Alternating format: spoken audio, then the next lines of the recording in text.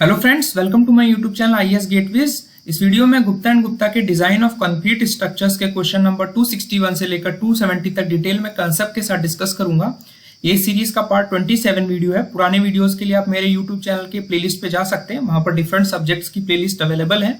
और जिस भी क्वेश्चन में आपको फर्दर कोई डाउट लगता है आप कमेंट सेक्शन में डिस्कस कर सकते हैं। So let's start.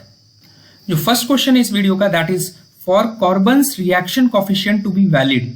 तो सबसे पहले बेसिकली देख लेते हैं कि हमारी कार्बन्स थ्योरी है क्या। तो सबसे पहले आपको ये बता देते हैं कि जो कार्बन्स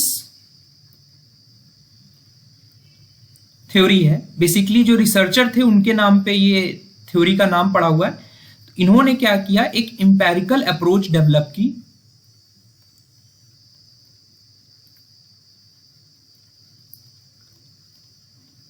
किस पर्पस के लिए? जो हमारे ब्रिजेस होते हैं, basically RCC bridges,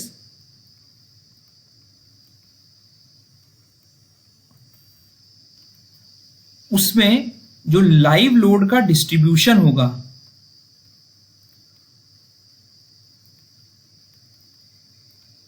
between longitudinal beams, इसको समझने के लिए एक मैंने आपको RCC का ब्रिज दिखाया हुआ है, जिसमें आपके ये जो लॉन्गिट्यूडनल बीम्स दिख रही हैं, बेसिकली ये लॉन्गिट्यूडनल गर्डर्स हैं।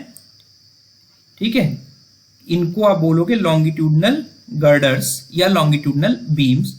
और इनको जो ट्रांसवर्सली कनेक्ट कर रहे हैं, ठीक है, ये जो मेंबर्स हैं आपको दिख रहे हैं, these are called transverse girders, transverse beams, और इन्हीं को हम क्रॉस गर्डर्स भी बोलते हैं। क्रॉस गर्डर्स इसलिए बोल रहे हैं बिकॉज लॉन्गिट्यूडनल गर्डर्स के ये परपेंडिकुलर रन कर रहे हैं। ठीक है, तो एक तरीके से जो हमारे लॉन्गिट्यूडनल गर्डर्स हैं ब्रिजेस में, उनको ये होल्ड करके रख रहे हैं। ठीक है, तो ये आपने ऑब्जर्व भी किया होगा। तो इसमें हो क्या रहा है, जो लाइव लोड्स इसके ऊपर मूव कर रहा है, जो भी व्हीकल्स मूव कर रहे हैं, उनकी वजह से जो इंडिविजुअल गर्डर्स पे लाइव लोड आएगा, ठीक है, वो हम क्या निकालेंगे, किसके रेस्पेक्ट में निकालेंगे, एक रिएक्शन कोफिशिएंट के टर्म्स में निकालेंगे। And that reaction is RX। ठीक है, कि हर गर्डर पे कितना कितना लोड आ रहा है लाइव लोड के मूवमेंट से। ठीक है, तो इस रिएक्शन कोफिशिएंट तक पहुंचने के लिए इन्होंने कुछ अजम्पशंस दिए। तो वो अजम्पशन मैंने यहां पर समराइज किए हुए हैं कि सबसे पहले कि जो लॉन्गिट्यूडनल गर्डर्स हैं ये कम से कम एटलीस्ट 5 क्रॉस गर्डर से कनेक्टेड होने चाहिए। और ये क्रॉस गर्डर जो होने चाहिए सिमेट्रिकल होने चाहिए।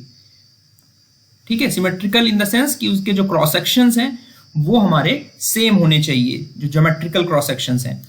और अरेंजमेंट कैसा रहेगा, अगर हम प्लान देख लेते हैं, ये मान लेते हैं कि हमारे 4 क्रॉस लॉन्गिट्यूडनल गर्डर्स हैं, तो एक हमारा सेंटर पे रहेगा क्रॉस गर्डर, जो कि यहां पे दिखाया हुआ है, 2 एंड्स पे रहेंगे हमारे, और 2 हमारे क्वार्टर पॉइंट्स पे रहेंगे। तो कम से कम हमारे 5 क्रॉस गर्डर्स हो गए जो लॉन्गिट्यूडनल गर्डर्स को कनेक्ट कर रहे हैं। पहला अजम्पशन ये था।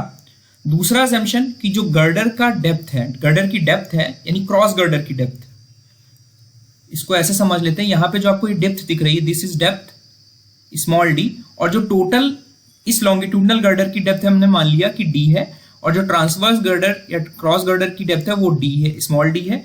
तो सेकंड जो अजम्पशन था वो ये कहता है कि जो क्रॉस गर्डर की डेप्थ है वो कम से कम हमारी greater than or equal to 0.75 d होनी चाहिए, या 3/4 d से ज्यादा या उसके बराबर होनी चाहिए। ठीक है, बराबर भी हो सकती है लेकिन मिनिमम हमारी 0.75 times the capital D value होनी चाहिए। तीसरा अजम्पशन ये लिया गया कि जो हमारी स्पैन टू विड्थ रेशियो है वो हमारी ग्रेटर देन 2 होनी चाहिए एंड लेस देन 4 होनी चाहिए। ठीक है, इसको इस तरह समझ लेते हैं कि मान लेते हैं कि जो हमारा डेक है, basically this is the deck portion जिसपे हमारे व्हीकल्स प्लाई कर रहे हैं। तो ये अगर हमारी width, effective width B effective है, और इसके डायरेक्शन में, ट्रैफिक के डायरेक्शन में हमारी जो स्पैन है वो L है, तो L/B effective should be greater than 2 and less than 4। ठीक है, तो ये एक इंपॉर्टेंट चीज हो गई। इसको आप इस तरह भी लिख सकते हो कि जो बी इफेक्टिव होना चाहिए वो हमारा स्पैन के हाफ से कम होना चाहिए। ठीक है, पहली कंडीशन से आप ये लिख सकते हो। तो जो रेशियो हुआ स्पैन और विड्थ रेशियो वो 2 और 4 के बीच में होना चाहिए, एक ये हो गया।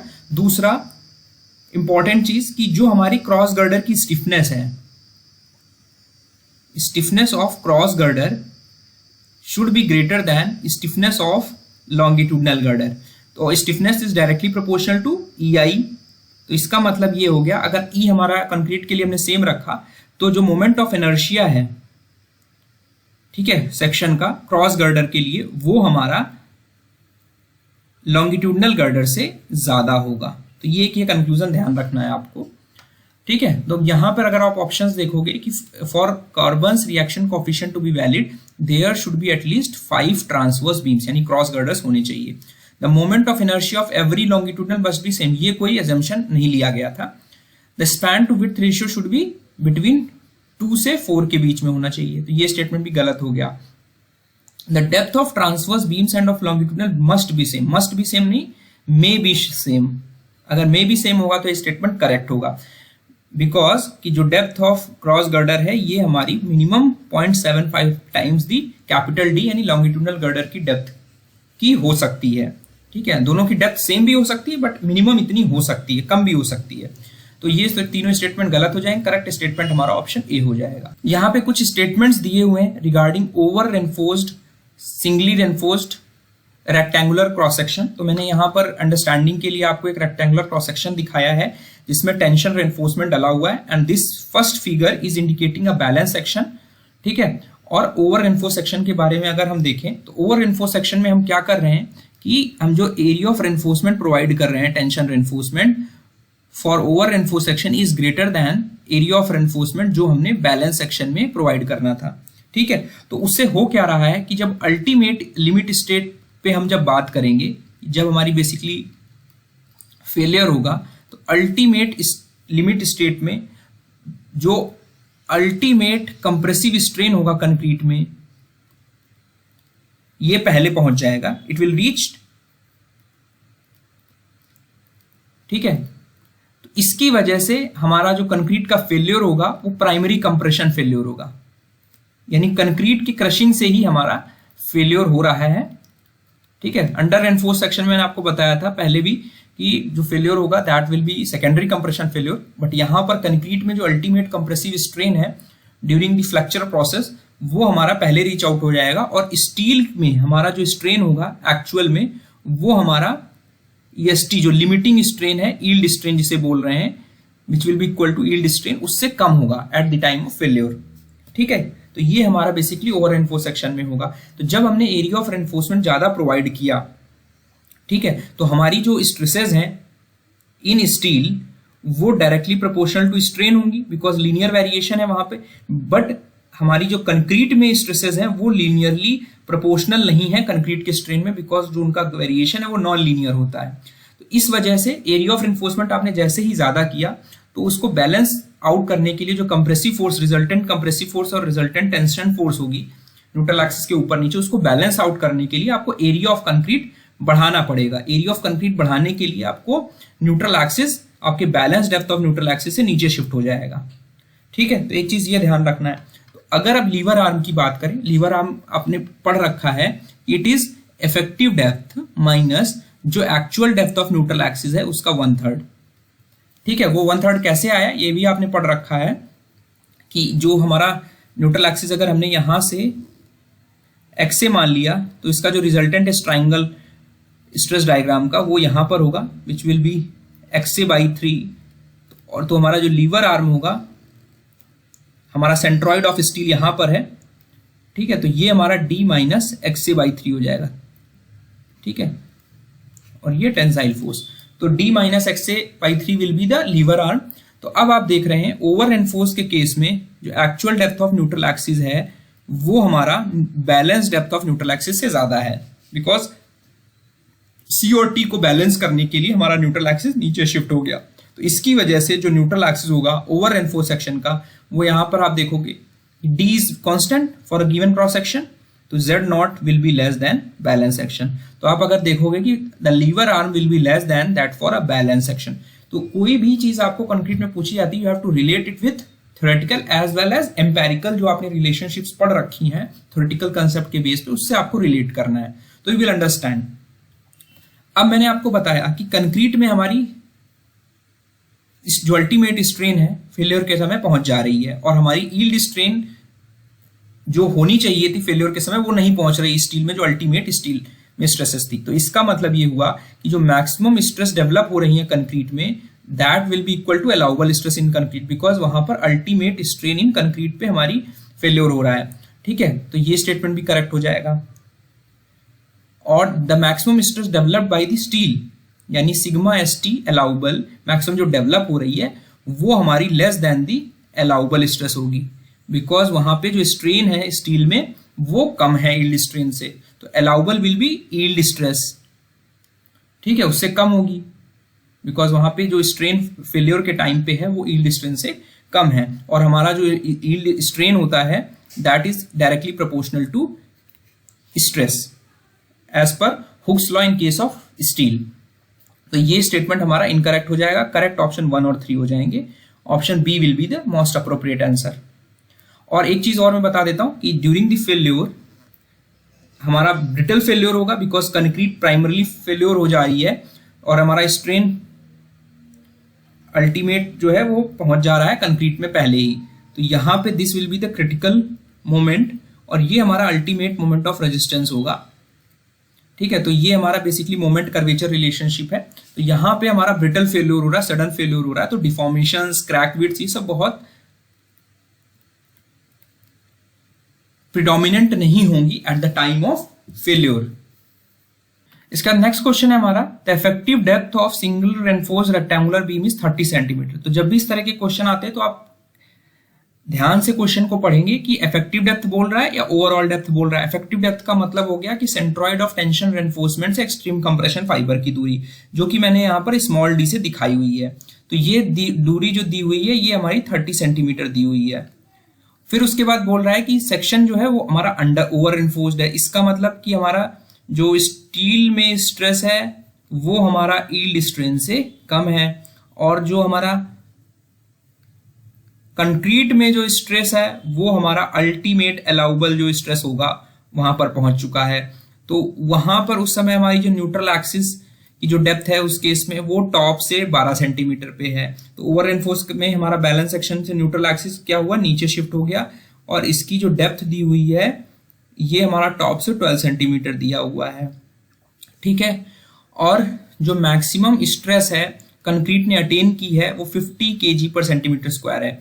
तो मैक्सिमम स्ट्रेस हमारी, बिकॉज एक्सट्रीम कंप्रेशन फाइबर में ही हमारा एक्सट्रीम कंप्रेसिव स्ट्रेन आएगा, जिसके करस्पॉन्डिंग हमारा मैक्सिमम स्ट्रेस जो होगा कंक्रीट में वो दिया हुआ है इस मैक्सिमम स्ट्रेन के corresponding, which is 0.003 flexural strain पहुंच गया कंक्रीट में, दैट दिस इज 50 kg पर सेंटीमीटर स्क्वायर।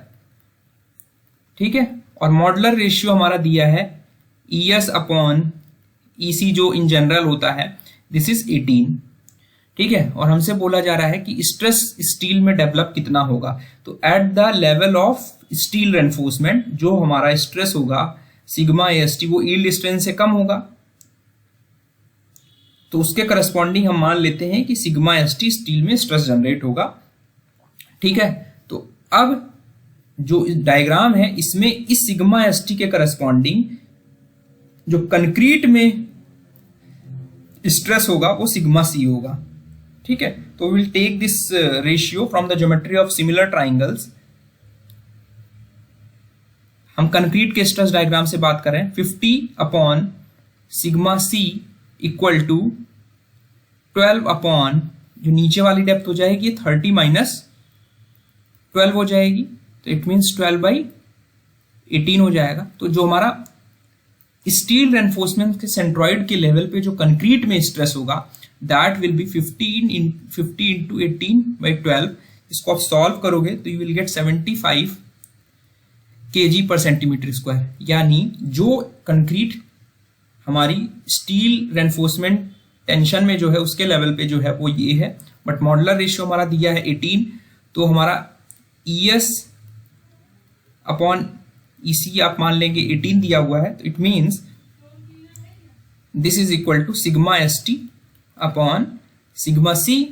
तो हमारा जो सिग्मा ST होगा इसके करस्पॉन्डिंग 18 इंटू सिग्मा C यानी 18 into 75 which is given as 1350 kg पर सेंटीमीटर स्क्वायर। तो ये क्वेश्चन बहुत इजी होते हैं, बट आपको अंडरस्टैंडिंग के साथ करोगे तो आपको कुछ भी मेमोराइज करने की जरूरत नहीं, इस तरह के क्वेश्चंस आते हैं एग्जाम में।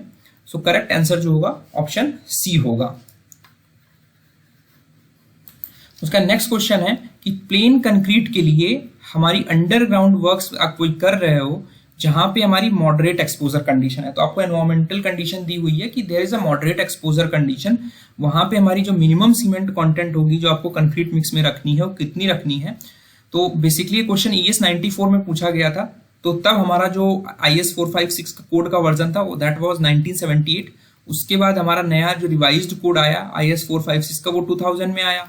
तो अभी आजकल हम लोग क्या पढ़ते हैं, 2000 का कोड पढ़ते हैं। तो जो आपको टेबल 5 दिखाया हुआ है मैंने, this is of modern 2000 code, जिसमें जो मॉडरेट एक्सपोजर कंडीशन के अकॉर्डिंग हमारी मिनिमम सीमेंट रेशियो है वो 240 kg पर मीटर क्यूब है। 1978 में ये वैल्यू 240 की जगह 250 हुआ करती थी, इस वजह से जो ऑप्शन है वो 250 करेक्ट होगा। लेकिन आज के कंटेक्स्ट में अगर पूछा जाए तो जो हमारा प्रेजेंट कोड है वो 240 kg पर मीटर क्यूब कंक्रीट इस मॉडरेट एक्सपोजर कंडीशन के लिए देता है। और इसकी अंडरस्टैंडिंग के लिए आप IS 456 की जो वीडियो सीरीज है उसे रेफर करें, उसको मैंने बहुत अच्छे से एक्सप्लेन किया हुआ है सारी चीजें। और इंपॉर्टेंट चीज है यहाँ पर ये नहीं दिया हुआ है कि हमारा नॉमिनल मैक्सिमम एग्रीगेट साइज कितना है और नॉर्मल वेट किस टाइप के एग्रीगेट्स यूज कर रहे हैं। तो जब नहीं दिया होता तो आपको सिंपली अज्यूम करना है कि जो एग्रीगेट्स यूज कर रहे हैं कंक्रीट मिक्स बनाने के लिए वो नॉर्मल वेट एग्रीगेट्स यूज कर रहे हैं, जिसमें हमारा जो मैक्सिमम नॉमिनल साइज है वो 20 mm है। बिकॉज जैसे ही अपने नॉमिनल मैक्सिमम साइज एग्रीगेट का कम करेंगे, कम ज्यादा करेंगे,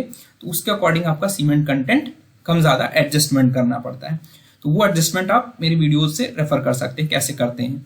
तो 264 का जो अप्रोप्रिएट आंसर होगा 94 में जब क्वेश्चन पूछा गया था उसके कॉन्टेक्स्ट में 250 will be the correct answer. मतलब 1 क्यूबिक कंक्रीट बनाने के लिए आपको 250 kg सीमेंट डालने पड़ेंगे, यानी 5 bags will have to be used at least. इसका नेक्स्ट क्वेश्चन है, इसमें पूछा जा रहा है कि which one of the following statements about the percentage of tensile steel required to produce a balanced reinforced concrete section। Means हमें बैलेंस रेनफोर्स सेक्शन में कितना परसेंटेज रेनफोर्समेंट प्रोवाइड करना है, उसके रिगार्डिंग हमारा कौन सा स्टेटमेंट करेक्ट है।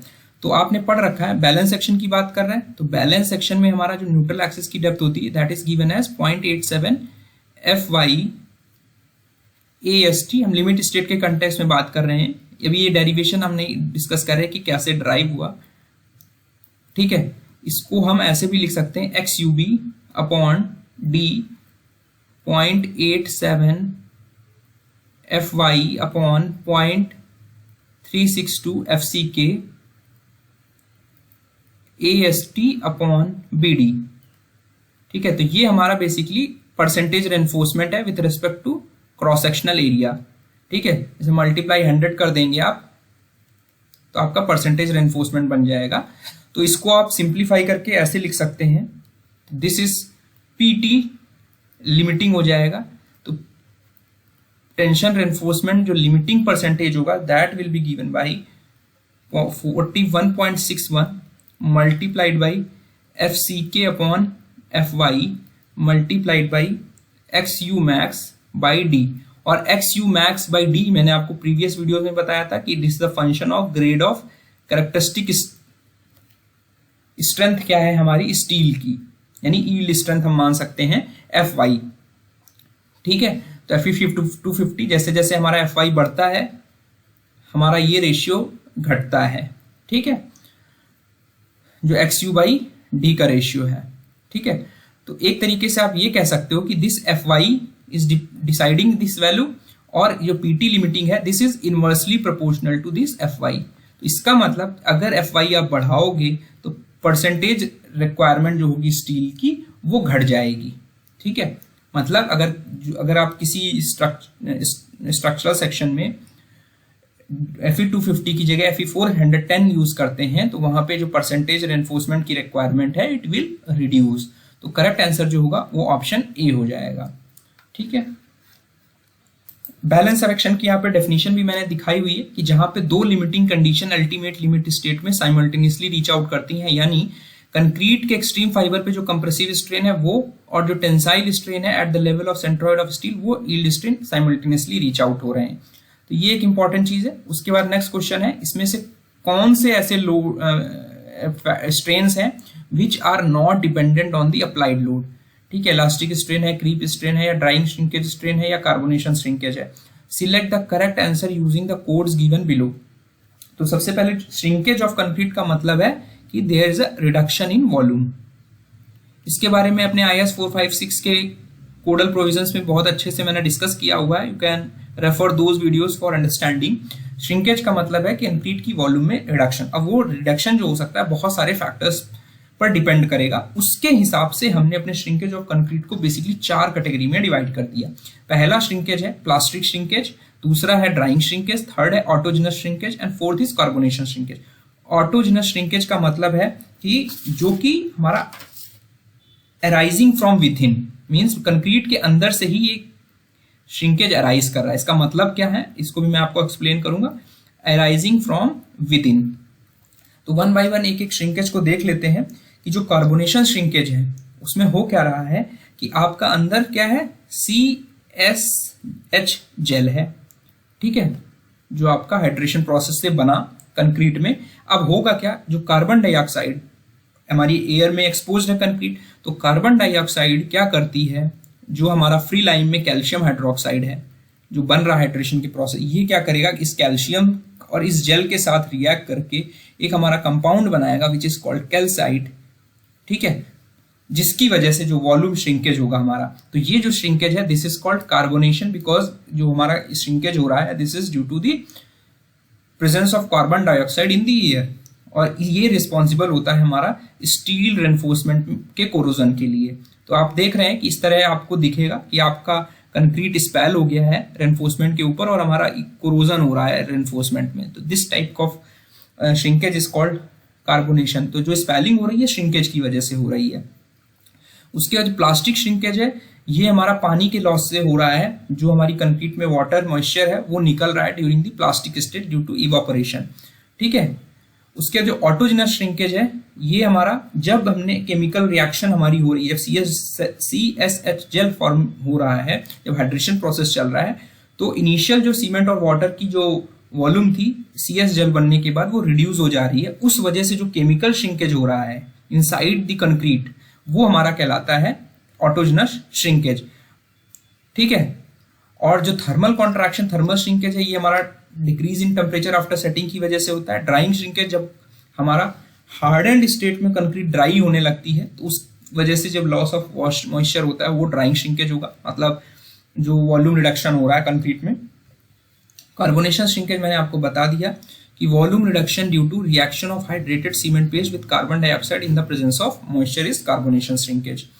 उसके बाद नेक्स्ट क्वेश्चन है, सॉरी इसमें सबसे पहले फिर हम देख लेते हैं कि जो हमारा स्ट्रेन्स हैं, ड्राइंग श्रिंकेज स्ट्रेन और कार्बोनेशन श्रिंकेज स्ट्रेन, ये हमारे एटमॉस्फेरिक कंडीशंस पे बेसिकली डिपेंड कर रहे हैं। ठीक है, बिकॉज जैसे हमारा अगर टेम्परेचर बहुत ज्यादा है तो there will be more loss of moisture from the concrete in hardened state. ठीक है, और एयर में हमारी कार्बन डाइऑक्साइड का कंटेंट कितना है उस पर भी हमारा कार्बोनेशन श्रिंकेज डिपेंड करेगा। तो ये हमारे लोड्स पर डिपेंडेंट नहीं है, ये हमने अपने स्ट्रक्चर पे कितना लोड अप्लाई किया हुआ है। ये इलास्टिक स्ट्रेन और क्रीप स्ट्रेन है, ये हमारे लोड पर डिपेंडेंट होते हैं, because creep strain is due to sustained loading. ठीक है, तो करेक्ट आंसर जो होगा वो ऑप्शन सी होगा। Marcus correction is introduce as simple correction to. सबसे पहले मैं आपको बता देता हूं कि ये क्वेश्चन मैंने ऑलरेडी RCC के क्वेश्चन नंबर 79 का जो डिटेल एक्सप्लेनेशन दिया है उसमें मैंने ग्रेशॉफ रैंकाइंस थ्योरी के बारे में डिटेल डिस्कशन किया था, जो कि हमारी टू वे रिस्ट्रेन्ड स्लैब्स में यूज की जाती है फॉर एनालिसिस। तो वहां पे जो हमारी सॉल्यूशन निकल के आती है मोमेंट्स की, उस मोमेंट को हम क्या करते हैं, मॉडिफाई करते हैं with the help of Marcus correction. Marcus basically हमारे रिसर्चर्स थे जिन्होंने रैंकाइन ग्रेशॉफ थ्योरी, जो कि एक अप्रोक्सीमेट थ्योरी थी, उस पर कुछ करेक्शंस अप्लाई किए। तो दे इंट्रोड्यूस सम कोफिशिएंट्स और उसकी वजह से जो मोमेंट्स हमें मिले उसको हमने रिड्यूस कर दिया। ठीक है, और ये जो रिडक्शन हुआ ये किस अकाउंट में किया? To allow for corner restraint at the corners and for assistance given by the torsion. तो ये टॉर्जनल रेजिस्टेंस और कॉर्नर रेस्ट्रेंट की कंडीशन हमने रैंकाइन-ग्राशॉफ्स मेथड में नहीं कंसीडर की, उसको कंसीडर करके मार्कस करेक्शन में जो मूवमेंट्स आए रैंकाइन-ग्राशॉफ थ्योरी से उसको रिड्यूस कर दिए। तो जो मार्कस करेक्शन है अगर उसकी वजह से देखें वो किस इफेक्ट्स को अकाउंट कर रहे हैं, तो ये इंपॉर्टेंट चीज है। मार्कस करेक्शन जो है they are used to account for effects of torsional restraint at the corner। जो टॉर्जनल रिस्ट्रेंट कॉर्नर्स पे है स्लैब के वो अकाउंट, और जो ट्रांसवर्स और लॉन्गिट्यूडनल स्ट्रिप्स का जो टॉर्जनल रेजिस्टेंस है उन दोनों को अकाउंट करता है।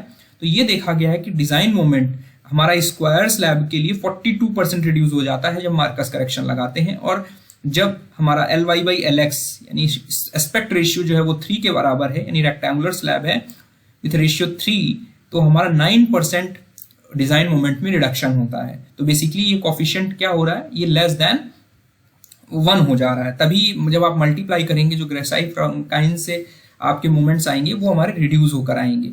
तो इसके लिए डिटेल एक्सप्लेनेशन क्वेश्चन नंबर 79 का आप देखेंगे तो आपको समझ में आ जाएगा। सो करेक्ट आंसर जो होगा वो ऑप्शन सी होगा। इसका नेक्स्ट क्वेश्चन है हमारा कि the radial moment at the boundary of a simply supported circular slab of radius R subjected to UDL of W will be. तो यहाँ पर बेसिकली जो भी सर्कुलर स्लैब होगा उसमें 2 कंडीशंस हो सकती हैं, हमारा फिक्स्ड एंड हो सकते हैं, उसकी एजेस हो सकती हैं, या हमारी सिंपली सपोर्टेड हो सकती हैं। तो यहाँ पर हम सिंपली सपोर्टेड एजेस की बात कर रहे हैं, जैसा कि आप देख पा रहे हैं। तो due to application of this uniformly distributed load हमारे 2 डायरेक्शन में मोमेंट्स जनरेट होंगे। पहला होगा कि रेडियल डायरेक्शन में मोमेंट क्या है, this is the radial direction, ठीक है, और ये हमारा सर्कम्फरेंशियल डायरेक्शन है। ठीक है, तो रेडियल डायरेक्शन में अगर इलास्टिक थ्योरी यूज करते हैं सर्कुलर स्लैब सिंपली सपोर्टेड के लिए, तो जो मूवमेंट है रेडियल डायरेक्शन वो 2 फैक्टर्स पर डिपेंड करता है। एक तो यूडीएल कितना आ रहा है, दूसरा एक पॉइजन्स रेशियो पे। तो हमारा एम्पेरिकली ड्राइव किया गया ये इक्वेशन। तो आरसीसी के केस में अगर हम सिंप्लिसिटी के लिए म्यू इक्वल टू 0 अज्यूम कर लेते हैं और A is equal to R assume करते हैं, तो रेडियल मोमेंट जो आएगा ए इक्वल टू आर यानी एजेस पर, यहां पर इन एजेस पे हमारा सिंपली सपोर्टेड के केस में बेंडिंग मोमेंट 0 होगा रेडियल डायरेक्शन में। तो m इक्वल टू 0 आ जाएगा। ठीक है,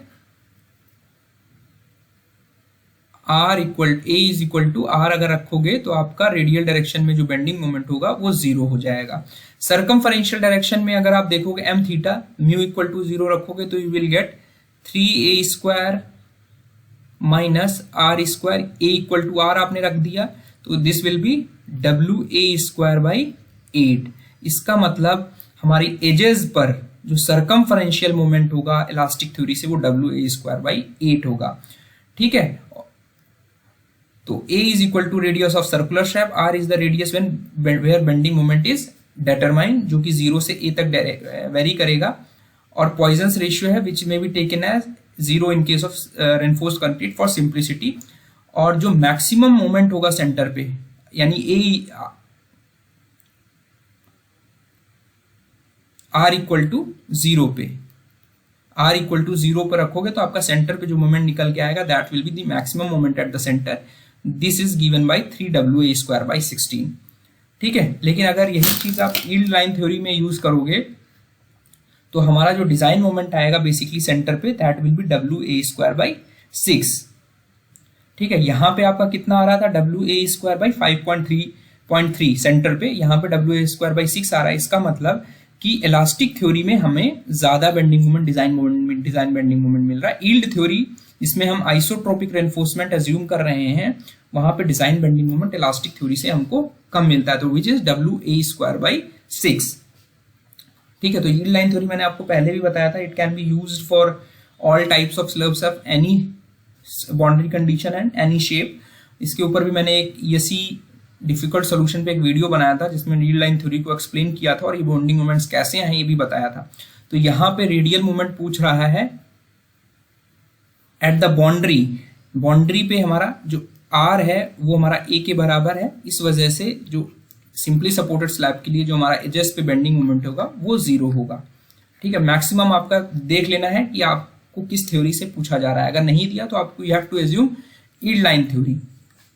उसका नेक्स्ट क्वेश्चन है हमारा कि डोम में यूनिफॉर्मली डिस्ट्रीब्यूटेड लोड की वजह से हूप स्ट्रेस क्या होता है, इस पर भी मैंने ऑलरेडी क्वेश्चन नंबर 134 और 135 पे डिटेल्ड एक्सप्लेनेशन दिया हुआ है, उसे आप जरूर रेफर कर लें, जहां पर मैंने आपको बताया था कि डोम के ऊपरी हिस्से में हमारी जो सर्कमफरेंशियल स्ट्रेसेस होंगी वो हमारी हूप स्ट्रेसेस कंप्रेसिव नेचर की होती हैं, और जैसे जैसे हम टुवर्ड सेंटर आते हैं वो circumferential stresses hoop stresses tensile nature की हो जाती है। तो ये देखा गया है कि जो रेडियस वेक्टर, अगर सेंटर से हम रेडियस वेक्टर देखें तो ये एंगल अगर जो थीटा है, जब ये एंगल हमारा 51 डिग्री 51 मिनट वर्टिकल से ज्यादा होता है तो हमारी जो लॉन्गिट्यूड्स के अलॉन्ग जो हूप स्ट्रेसेस आ रही हैं वो हमारी टेंसाइल नेचर की होती हैं।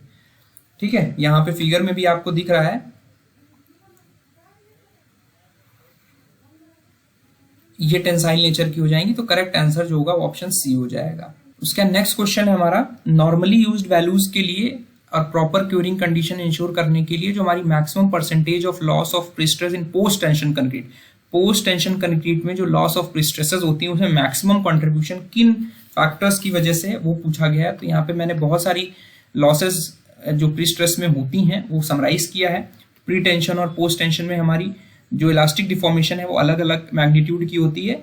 हमारी प्री टेंशन में इलास्टिक डिफॉर्मेशन ऑफ कंक्रीट होगी, पोस्ट टेंशनिंग में हमारी नहीं होगी। अगर हम सारी वायर्स को एक साथ टेंशनिंग कर रहे हैं, अगर हम एक करके एक एक के बाद साइमल्टेनियस सक्सेसिवली टेंशनिंग कर रहे हैं तो होगी, and it is of very less magnitude and it is approximately 1%, और प्री टेंशनिंग में हमारी it is in the range of 3 to 6%। जो श्रिंकेज और क्रीप की वजह से हमारी प्री टेंशनिंग मेंबर्स में हो रही है वो हमारी 6% हो रही है, होती है अप्रोक्सीमेट, और यहाँ श्रिंकेज की वजह से हमारी 7% के अप्रोक्सीमेट लॉसेस होते हैं, और क्रीप की वजह से हमारे 6% लॉसेस होते हैं, और यहाँ पर क्रीप की वजह से हमारे जो लॉसेस होते हैं 5% के अप्रोक्स होते हैं, और यहाँ पे हमारे 6% के आसपास। तो ये देखा गया पोस्ट टेंशनिंग में as compare to pre tensioning system losses कम होते हैं। फ्रिक्शन और एंकरेज स्लिप के लॉसेस हमारे प्री टेंशनिंग में नहीं होते हैं, ये ध्यान रखिएगा, पूछा जा सकता है। फ्रिक्शन और एंकरेज स्लिप की वजह से प्री टेंशनिंग सिस्टम में लॉसेस नहीं होते हैं। Relaxation of stress in steel, जो कि बेसिकली क्रीप इन स्टील हम कह सकते हैं, प्री टेंशनिंग और पोस्ट टेंशनिंग दोनों में होते हैं।